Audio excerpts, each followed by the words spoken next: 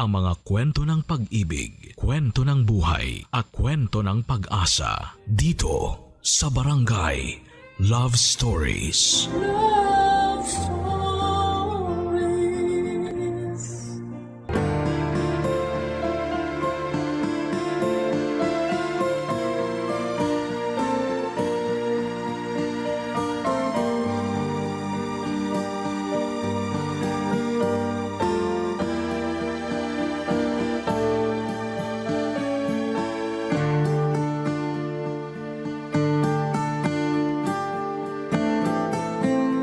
Gaano man kahaba ang pasensya ng isang tao, huwag pa rin natin itong sasagarin.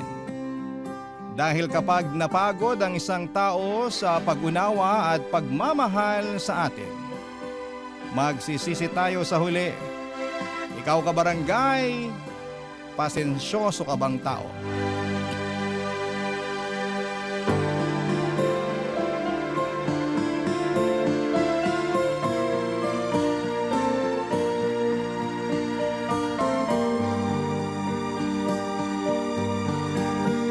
Dear Papa Dudut, lahat naman siguro tayo ay dumaan sa pagiging tanga sa pag-ibig, hindi po ba? Pero sa kwento na ibabahagi ko ay iyon na yon ang eksaktong pinagdaanan ko sa buhay. Kaya nga napasulat agad ako sa programa ninyong Barangay Love Stories. Dahil may sa ilang beses na rin po akong nakarinig na mga kwento ng pag-ibig na masasabi kong epic fail ng dahil po sa katangahan. Pero ganun talaga, parte yun ng buhay at kahit naman kailan ay hindi naging kasalanan ang umibig. Ako nga pala si Shelly, 29 years old at taga Metro Manila. Hindi ko na lamang sasabihin kung saan eksakto at meron akong isang anak na binubuhay ko sa pamamagitan ng pag-online selling. Bago pa lamang ako sa trabahong ito, magdadalawang taon pa lamang ako rito, pero kumikita naman ng disente at nasusubaybayan ko pa ang paglaki ng aking anak.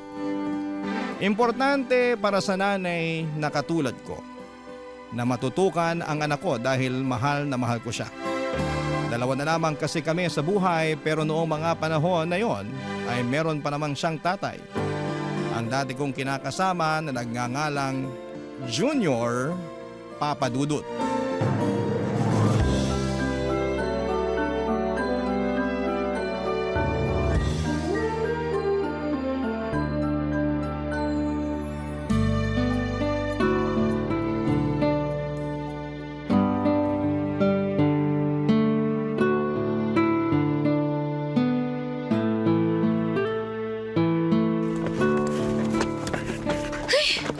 Anak ng tinapa naman, oh. Napakasalaula talaga ng lalaking yun. Junior! Junior, halika nga rito! Halika nga, dali! Ano ba yun, Shelly? Kita mong nasa CR pa yung tao eh. Storbo ka naman eh. Kanina ka pa nasa CR, ah. Huwag mong sabihing nakatulog ka na doon.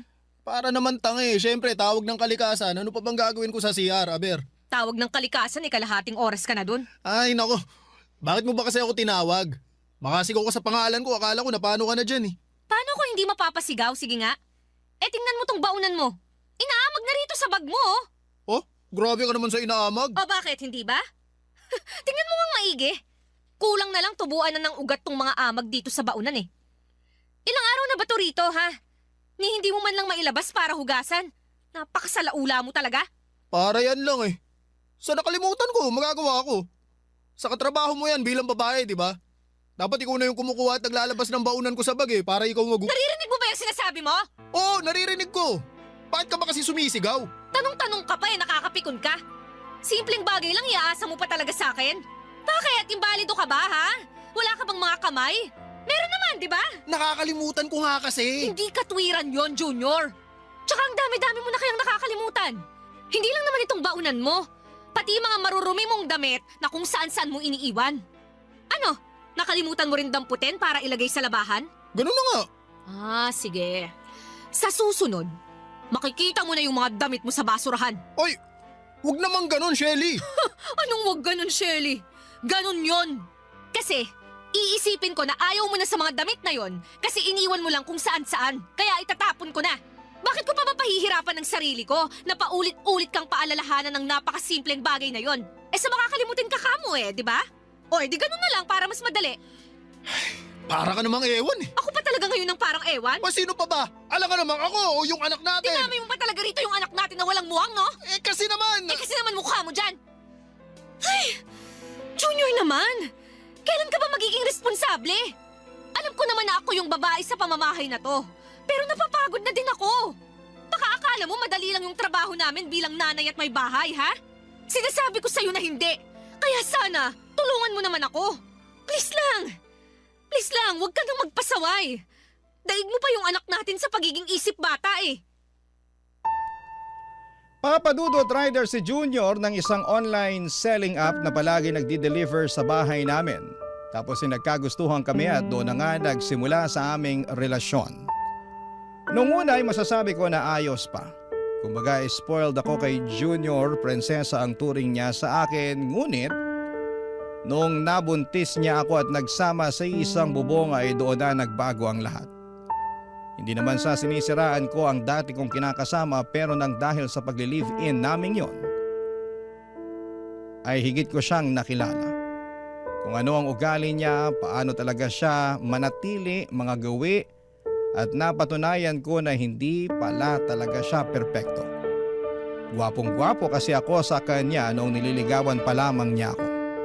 Siyempre pabibo ang loko pero nasa loob pala ang kanyang kulo. Laki tuloy ng pagsisisi ko na nagpabuntis ako sa kanya. Pero hindi pa rin doon natatapos ang kalbaryo ko. Dahil may pagkasumbongero rin si Junior. At ang lagi niyang pinagsusumbungan ay walang iba kundi ang nanay Roning niya, Papa Dudut.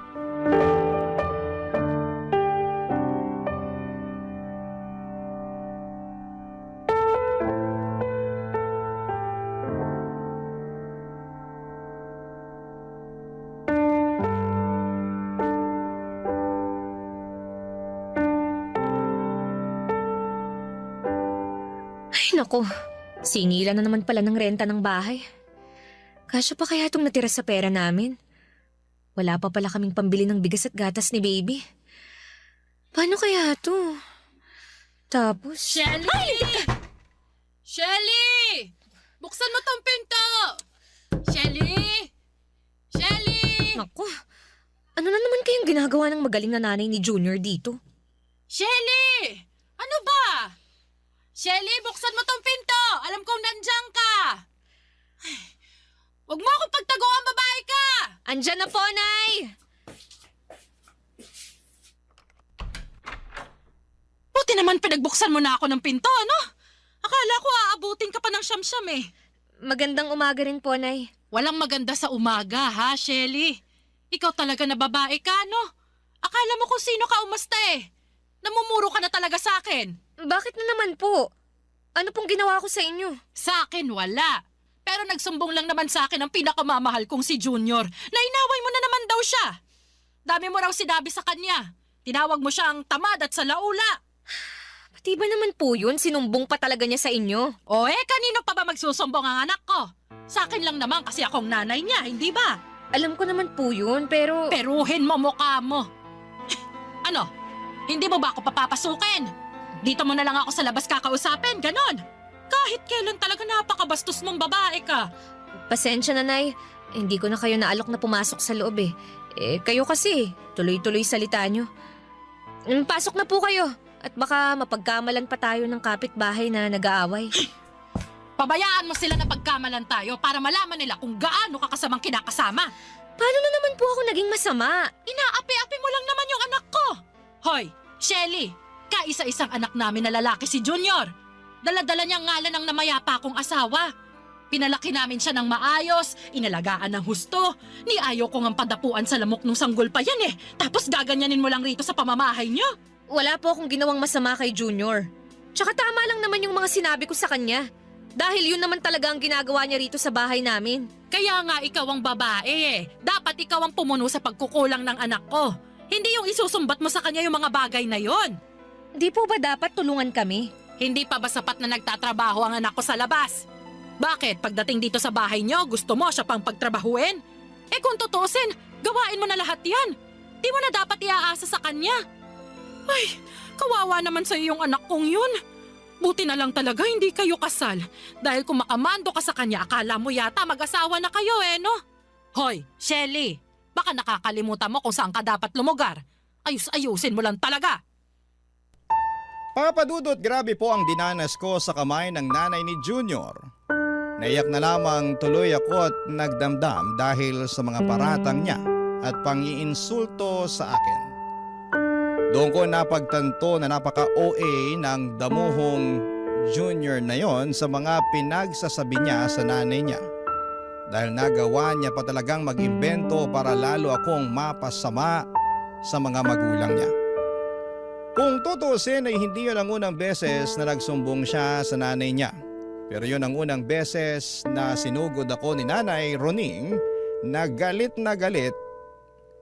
na tipong kita ko na ang ngala-ngala sa kakangalngal niya sa akin. At kahit na anong pangangatuwiran ko ay hindi niya pinakikinggan dahil para sa kanya ay kinawawa ko raw ang pinakamamahal niyang anak. Samantalang kabaliktaran noon ang nangyari dahil ako ang mas kinawawa ng kanyang Junior. Papa Dudut. Barangay Love Stories. Barangay Love Stories. Papa Dudut, noong pinagbuntis ko ang baby namin ay kinailangan kong umalis sa pinapasukan kong call center dahil masela ng pagbubuntis ko. At dahil priority ko ang aming baby ay nagpaubaya ako. Sinabi naman din sa akin ni Junior na siya na ang bahala sa lahat ng gastusin ganito ganyan. Oo, naniwala ako pero noong nanganak na ako ay doon na nagsimula ang mga reklamo ko sa aking kinakasama. Hindi niya kasi matagalan ang pag-aalaga sa anak namin. Kesyo maingay dahil palaiyak, natural sanggol yun. Gusto ko sana siyang supalpalin ng tanong na hindi ba siya dumaan sa pagkabata kaso'y hindi ko na sinabi dahil baka maging mitsa lamang yon ng mainit-init naming pagtatalo. Tsinaga ko na lamang ang ginagawa ni Junior at umasa na magbabago siya. Nang tumungtong na sa 2 taon ang anak namin, buong akala ko ay magiging responsableng tatay na si Junior pero lalo lamang siyang naging pabaya, Papa Dudut.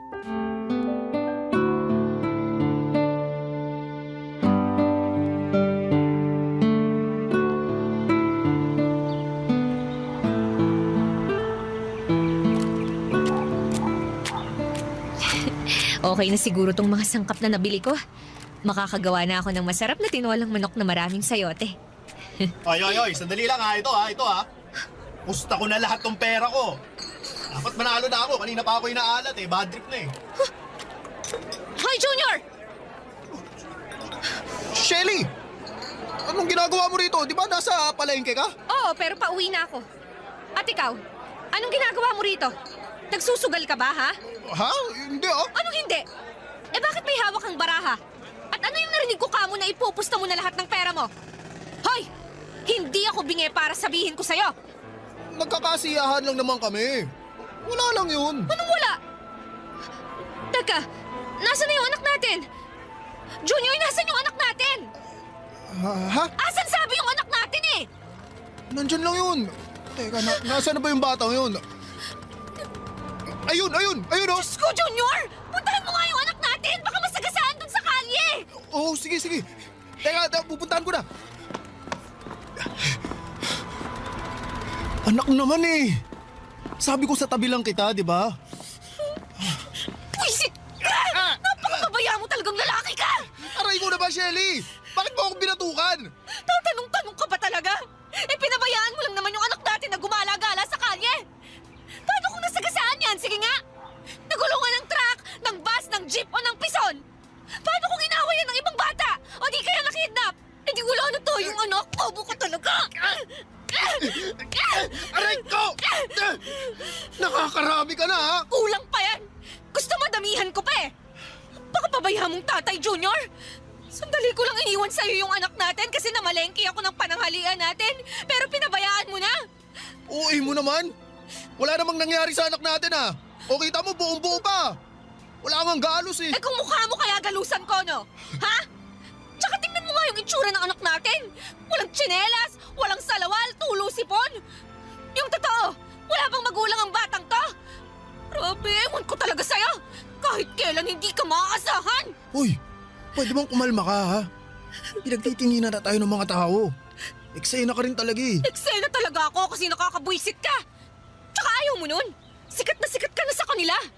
Alam na nila kung gaano ka ka-irresponsableng ama. Papadudot, hindi ko mawari kung nasa talampakan ba ang utak ng kinakasama ko o nasa puwet.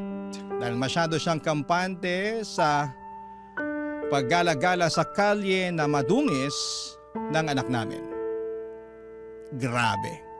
Saglit lamang akong nawala pero pinabayaan na niya ng tuluyan ng aming anak. Marami akong takot sa posibleng kahinatnan ng anak namin pero pinagsawalang bahala lamang ni Junior. Tinawag pa niya akong OA, hindi ba?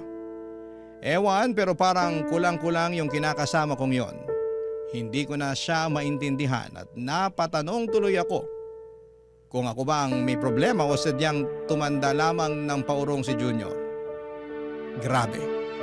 Ang sakit sa bangs na para bang gusto ko na siyang kutusan ng 1,000,000 beses para lamang maitatak sa kokote niya na alagaan at bantayan ng maayos ang anak namin.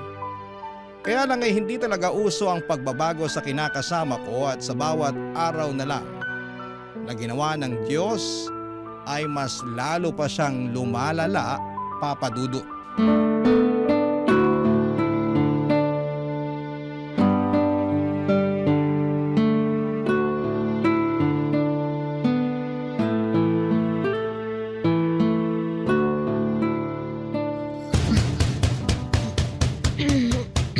Ano ba yun? Bakit ang ingay naman? Shelly! Shelly, papasukin mo na ako! Kanina pa ako pinapapak ng lamok dito, ano ba? Pag di mo ako pinapasok, hawa sa akin ko tong pinto! Isa! Dalawa! Puwisit talaga kahit kailan. Andyan na! Pag muwawa sa akin ang pinto, kung di mukha muwawa sa akin ko! Tatlo! Ayaw mo talagang buksan, ha? Sige, ako na lang magbubukas! Ay! Tinamaan ka na naman ng lintik na lalaki ka! Aray! Aray ko, sakit! Bakit mo ba kasi hinahalikan yung sahig? Tumayo ka nga dyan! Teka, lasing ka ba? Lasing ka, no? Hindi nakainom lang ako. Inabot ka na ng madaling araw. Nasa inuman ka lang palang damuho ka. Alam mo ba na kanina pa ako nag-aalala sa'yo? Hindi ka nagre-reply sa chat ko. Sinisin mo lang ako. Ayaw mo rin sagutin yung tawag ko. Sensya na. Napasarap na kami nun eh. Saka ikaw naman, masyado kang istorbo kasi. At ako ba talaga ang istorbo? Isa nag-aalala lang yung tao. Wala ka naman dapat ipaglala. Ito nga, ayos lang ako. Nagkaayayaan lang talaga kaming uminom kanina kasi birthday ng tropa namin. Sorry, di ko nasabi eh. Biglaan kasi. Saka teka, bakit ba galit ka? Ako na nga ang dapat galit dito. At bakit naman, ha? Kasi nakakarami ka na ng pagalit eh. Dapat ako naman yung magalit para malaman naman na ako pa rin ang bata sa pamamahay na to. Ako pa rin ang lalaki, no? Ako pa rin ang padre de pamilya rito, kaya ako pa rin ang masusunod. Tabi ka nga dyan! Papasok ako! Ano ka ba, Junior? Saan ka pupunta? Bakit mo binabasag ang mga pinagpaso natin? Alam mo, sumusobra ka na, Shelly. Uy-peya mo ako para di mo ako kinakasama. Nagtatawa na tuloy ako ng mga barkada ko. Sabi nila, para raw ako di lalaki kasi mas maangas ka pa raw kaysa sa akin eh. Under desire raw ako. Sunod-sunuran daw ako sa'yo. Kaya galit ako!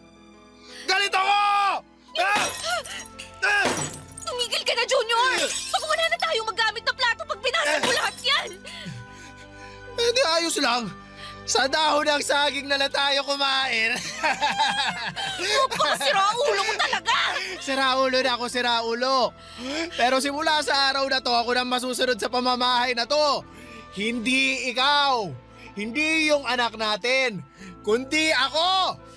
Ako lang! Ah, ganon! Teka! Makikita mong hinahanap mo! Namumuro ka na sa aking lintik eh! Akala mo yata sasantuhin kita, ha? Oy! Anong ginagawa mo, Shelly, ha? Bakit mo... Oy, anong hinahanap mo dyan sa mga drawer? Eto, nahanap ko na! Ano? Sige! Manira ka pa! Basagin mo pa lahat ng pwede mong basagin! Tingnan natin kung di ko to iduldul sa pagmumukha mo! Ano yan, ha? Taser gun ba yan? Oo! Bitawan mo yan, Shelly. Ayoko nga! Ano? Ano? Halika rito! Matapang ka, ha? Halika, dali! Papa Dudut, laruang taser lang naman yon ng anak namin pero akala yata ni Junior totoo yon. Kaya naman pinanindigan ko na lamang at ginalingan ng pananakot sa kanya hanggang lumabas siya ng bahay. Pagkatapos ay pinagsarhan ko siya ng pintuan at doon pinatulog sa labas hanggang mawala ang amats niya. Alas 6 ko na yata siya ng umaga pinagbuksan ng pintuan at naawa naman ako dahil namumutakte ng pantal mula sa kagat ng lamok ang muka at braso niya. Nakayakap din siya sa sarili dahil nilalamig. Pero in fairness sa kanya, tulog mantika pa rin ang damuho kong kinakasama. Sinipa ko ng ilang beses si Junior para magising at noong dumilat ang kanyang mga mata, ay agad na nanlaki yon sa takot nang makita niya ako. Naalala niya siguro ang nangyaring away namin. Akala niya yata ay sasantuhin ko siya. Agad ko siyang sinenyasan na pumasok na sa loob, bagay na ginawa naman niya. Sinabihan ko siyang kumain ng pagkain na hinanda ko sa mesa at nagmamadali naman niyang sinunggaban yon. Gutom na gutom ang damuho na parang hindi pinakain ng 1 taon. Habang pinagmamasdan ko si Junior, nakaramdam ako ng awa sa kanya ngunit agad yung napalitan ng matinding galit sa tuwing naaalala ko ang mga atraso niya sa amin ng anak niya, Papa Dudut. Barangay Love Stories. Barangay Love Stories. Papa Dudut, sa hindi ko na mabilang na pagkakataon ay muli kong kinausap ng masinsina ng kinakasama ko tungkol sa mga hinaing ko sa buhay namin na pwede naman sanang maiwasan basta magtino lamang siya. Humingi naman siya sa akin ng despensa at nangako na magiging mabuting provider sa amin ang anak niya. Umasa ako na hindi ko na nga mabilang kung ilang beses kong ginawa. Pero binigo pa rin ako ni Junior, Papa Dudut. Nagsimula na siyang magkulang sa ibinibigay niya sa amin ng anak niya. At hindi lang maliit ang kulang dahil sobrang laki po noon. Siyempre pinaamin ko siya kung saan napupunta ang pera na nawawala mula sa kinikita niya. Doon ko na nga nalaman na lulong na pala sa sugal ang kinakasama ko at isang damukal na rin ang utang niya sa mga lending apps at sa ibang mga tao. Dahil sa kalamang yon ay naggalit ako at nag-away na naman kami ni Junior. Sa sama ng loob ko ay pinalayas ko siya sa inuupahan namin.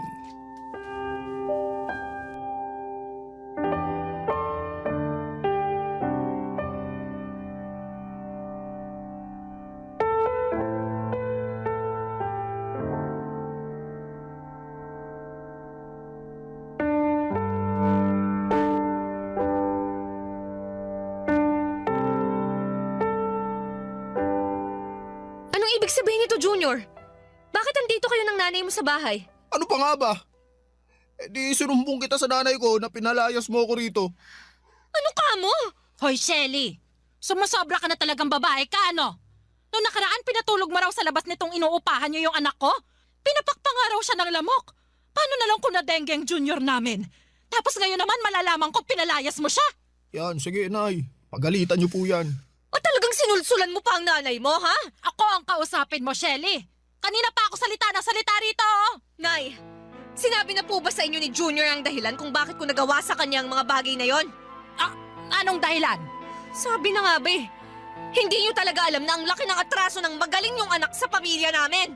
Wala akong pakialam sa mga atrasong sinasabi mo. Ang akin anak ko agrabyado rito. Natural na depensahan ko yan. Bakit hindi niyo po muna kausapin ng masinsinan yung anak niyo bago kayo sumugod dito? Para magkaalaman na. Ikaw ang kailangan kong kausapin kasi sumusobra ka na. Dapat talaga sa'yo sinasabunutan eh. Aray ko po, Nay! Aray! Tama na po! Anong tama na, ha?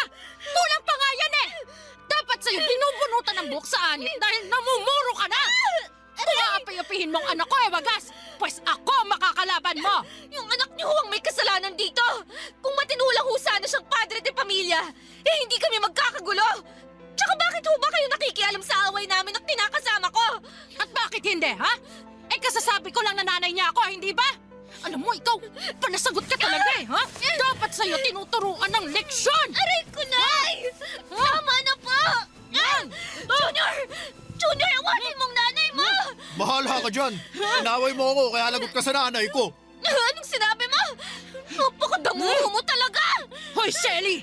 Hindi mo na talaga nire-respeto ang anak ko, ano? Nakuha mo pa talaga siyang bastusin sa harap ko?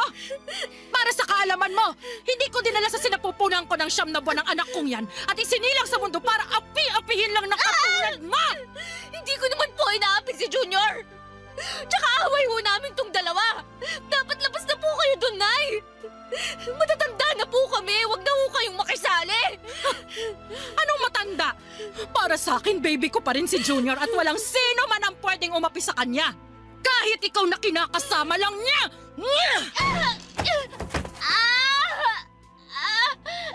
Sa susunod na awayin mo pang anak ko, hindi lang sa bunot ang aabutin mo, Shelly. Huhubaran kita't kakalad ka rin sa kalsada. Sisiguraduhin kong mapapahiya ka sa buong barangay. Tandaan mo yan! Papa Dudut! Ni sa hinagap ay hindi ko akalain na pagtutulungan ako ng mag-ina. Parang sa mga teleserye ko lamang napapanood ang mga ganong klase ng mga eksena. Dahil sa nangyari ay nasaktan po ako. Hindi ko akalain na ang away namin ang kinakasama ko ay makakarating sa nanay niyang basag gulera. Lalo ko lang tuloy na patunayan kung gaano kasumbungero si Junior. Kaya nga simula noon ay iniwasan ko na muna na mag-away kami. Hindi ko rin kinausap si Junior dahil na-stress lang talaga ako. Buong akala ko ay magiging tahimik na ang buhay ko kapag ginawa ko yun, pero nagkaroon na naman ang kasalanan si Junior matapos kong matuklasan na nambabae siya. Muling nabuhay ang galit ko sa aking kinakasama dahil sobra-sobra na ang ginawa niya sa akin. Ni hindi na niya ako nirespeto bilang babae at nanay ng kanyang anak. Kaya upang makaganti ay hinuli ko sa akto si Junior at ang kalandian niyang babae na tindera ng fishball at merienda sa hapon na nasa tapat ng bahay namin. At iniskandalo ko silang dalawa hanggang sa mapahiya po sila. As usual, nakarating yon sa kalaman ng magaling niyang nanay, Papa Dudut.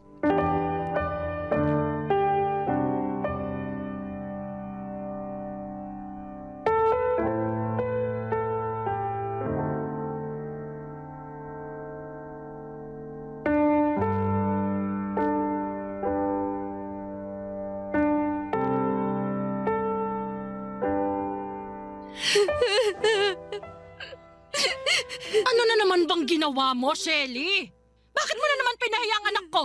Ano ba kasalanan niya sa'yo? Bakit yung hindi yung anak niyo ang tanungin niyo? Para magkaalaman na kung gaano kalaki ang kasalanan niya. Ano ba kasing ginawa mo, Junior? Ay, kasi Nay, Nang babae lang naman yung damuhong yan, Nay. Hindi na niya kami inisip ng anak niya. grabe ka. Natukso lang naman ako, Shelly. Tukso mo mukha mo! Oh, paano hindi man bababa itong anak ko? Skandalosa at basagulero kang kinakasama. Ano ho? Ang sabi ko, skandalosa ka, basagulera, taklesa, maingay! Lagi mong pinagagalitan at pinahihiya ang anak ko kaya hindi ko siya masisisi kung humanap siya ng ibang Narinig babae. niyo ba ang sinasabi niyo, Nay? Oo, naririnig ko! Hindi ba ako kailangang sigawan? Paano ako hindi sisigaw? Talagang kinonsinti niyo pa ang kalokohan ng anak niyong yan! Pinalabas niyo pa na kasalanan ko, kaya nagloko si Junior. Eh kung tutuusin, kasalanan lahat ng anak niyo kung bakit kami laging nag-aaway. Umasa ho ako na magbabago na yung anak niyo. Na magiging mabuti at responsable na siyang padre de pamilya. Pero hindi. Hindi nangyari yon. Sa dami ng atraso niya sa akin na pinalampas ko na lang alang-alang sa pamilya namin. Masisisi niyo ba ako kung mapuno ako? At itong huling kasalanan na ginawa niya, yung pambababae niya, ang hindi ko na ho kayang patawarin. Dami mo namang ate, sa lalaki yung anak ko, magagawa mo. Tayo ang babae, tayo rin ang dapat mag-adjust Ano sa... klaseng katwiran yan? Napakabulok! Aba, bastos ka! Bastos na kung bastos! Pero mas bastos yung anak niya! At ngayon, alam ko na kung kanino siya nagmana. Sa inyo! Kasi bastos din kayo! Sumusobra ka na talagang babae ka! Grabe ka! Ay, aatakihin yata ako sa puso sa'yo! Nay! Nay, ayos lang ba kayo? Mukha ba akong ayos? Kalma lang po kayo. Baka ano pa mangyari sa inyo eh. Ikaw, Shelly naman. Huwag mo na nga sagot-sagutin ang nanay. Huwag mo akong pagsabihan! Kundi yung nanay mong kinakampihan ka kahit mali na ang ginagawa mo! Alam mo, Junior, ayoko na.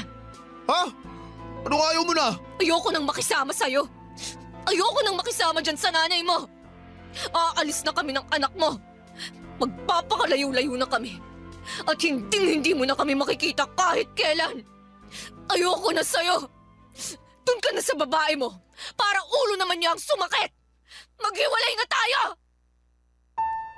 Papadudot, nag-alsabalutan ako ng mga damit at gamit namin ng anak ko at hindi nagpapigil kay Junior sa pag-alis sa inuupahan naming apartment. Wala na akong pakialam kahit na umiyak pa siya at magmakaawa ng panahon na yon. Basta ang nasa isipan ko ay makalayo na kami ng anak ko sa kinakasama ko. Dinig ko naman ang boses ng nanay niya na panay pangungutya ang sinasabi. Kaya mas lalo ako naging desidido na ayoko na silang pakisamahan. Hindi ko na kaya. Sinubukan ko namang pero tama na po. Pupunta kami noon ng anak ko sa kamag-anak namin at doon muna tumuloy ng ilang buwan. Blina ko na rin si Junior dahil ayoko na siyang magkaroon ng koneksyon sa aming mag-ina. Alam kong mahirap maging solo parent pero kinaya at kinaya ko para sa aking anak. Para sa akin ay ayos nang mag-isa kaysa may kasama ka nga pero parang wala namang katuwang sa buhay at pagtataguyod ng iyong pamilya. Hanggang dito na lamang po ang sulat ko, Papa Dudut. Sana po ay mapili niyong basahin at i-ere sa programa ninyo na Barangay Love Stories. God bless and more power sa inyong istasyon. Ang inyong kapuso at kabarangay forever, Shelly. Ako, gigil na gigil talaga ako sa nangyayari sa kwento natin. O ikaw, kabarangay, kumukulo rin ba dugo mo? Pwede kang mag-iwan ng comment sa ating comment section.